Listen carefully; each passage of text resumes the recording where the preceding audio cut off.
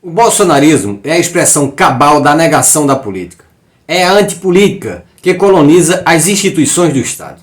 De maneira que uma instituição como o Ministério da Saúde, por exemplo, que tem por função óbvia cuidar da saúde das pessoas, em um momento extremamente crítico da saúde pública brasileira, em função da pandemia da Covid-19, que já matou cerca de 280 mil brasileiros, é usado justamente para não cuidar da saúde pública. Assim, o Ministério da Saúde, que deveria conduzir a política pública de saúde para proteger a população, não o faz.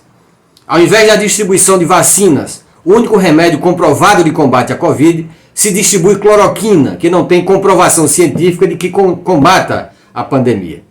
É isto que significa negar a política, colonizar a política, usar a política para destruir a própria política. É, em síntese, o que chamamos de antipolítica. A antipolítica associa-se à posição de negação da política em busca de sua colonização ou alienação. Para o sociólogo austríaco Andreas Schedler, trata-se de uma racionalidade, de uma forma de pensar, que se coloca para além dos valores e das instituições democráticas.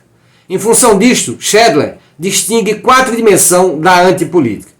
A primeira dimensão é a antipolítica instrumental. Nesse tipo, a política é reduzida a uma função meramente técnica, pensada e executada por tecnocratas, e a discussão política é descartada como perda de tempo, que abre a política para a corrupção e a ineficiência. A segunda dimensão é a antipolítica moral. Aqui a política é tida como estratégia de mercado, e a esfera pública é colonizada pela esfera privada. Nega-se que exista qualquer fronteira entre a ação pública e privada e inunda o reino político com motivos privados.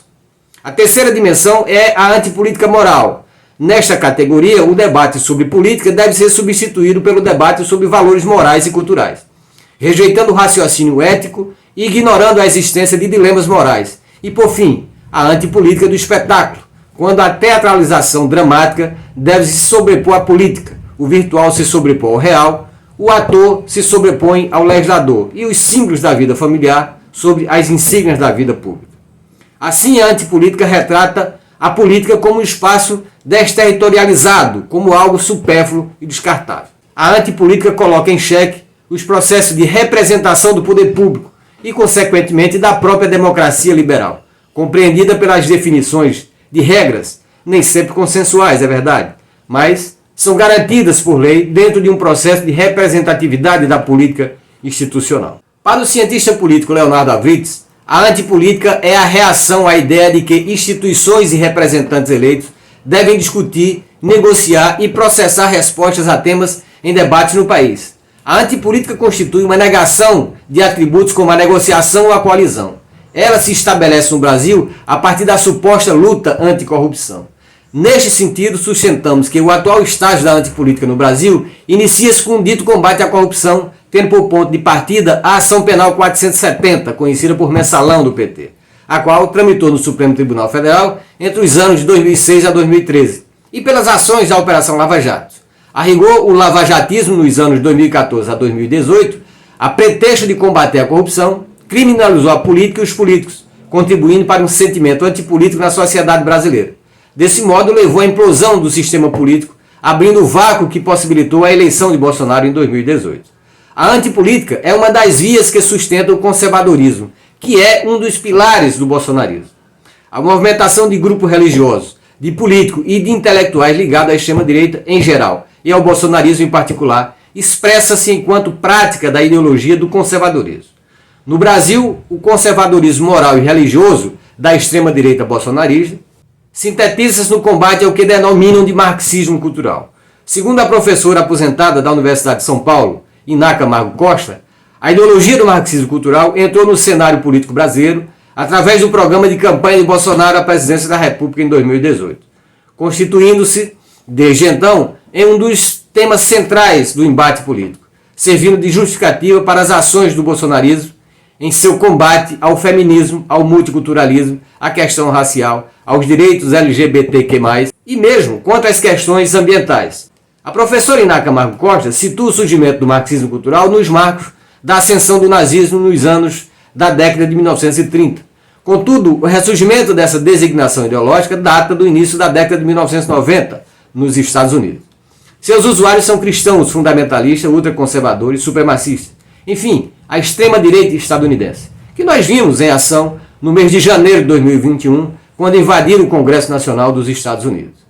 A ideologia do marxismo cultural na contemporaneidade brasileira situa-se na fronteira entre direita e conservadorismo, entre política e religião, estimulada pelo obscurantismo das igrejas neopentecostais e pela influência de uma fração de intelectuais que se reivindicam de direita.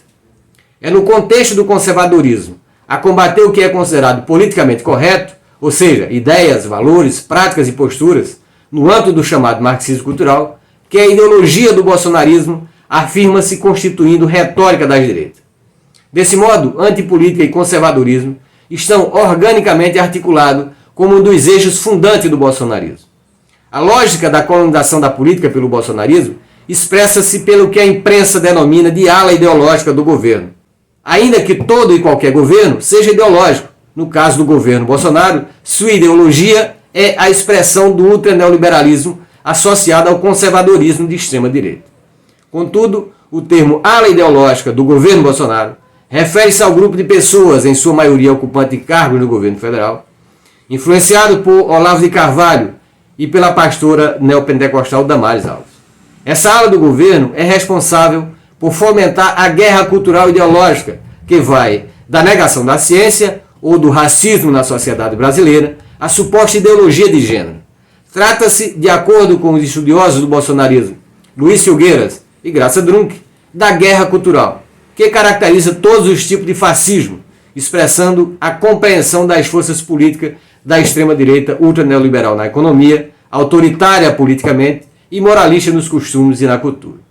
Na interpretação de Boaventura de Souza Santos, essa negação da política pela extrema-direita bolsonarista configura o que o autor denomina de fascismo social, que pode coexistir com a democracia política liberal e, em vez de sacrificar a democracia, as exigências do capitalismo global, trivializa a democracia até o ponto de não ser mais necessário, nem sequer conveniente, sacrificar a democracia para promover o capitalismo. Assim, no atual estágio de colonização da política pela extrema-direita, as sociedades são politicamente democráticas e socialmente fascistas. A rigor, trata-se de um período político de colonização da esfera pública pela antipolítica, que visa se constituir no que Pierre Dardot e Christian Laval, dois sociólogos franceses contemporâneos, denominam de uma nova razão do mundo, decorrente do neoliberalismo. Nessa racionalidade neoliberal, a democracia política só pode funcionar com um certo grau de apatia e de não participação de certos indivíduos e de certos grupos, o que exige um limite desejável para a extensão infinita da democracia. Mas, sobre a crise da democracia liberal na contemporaneidade, iniciaremos em breve uma série com 5 vídeos sobre o tema.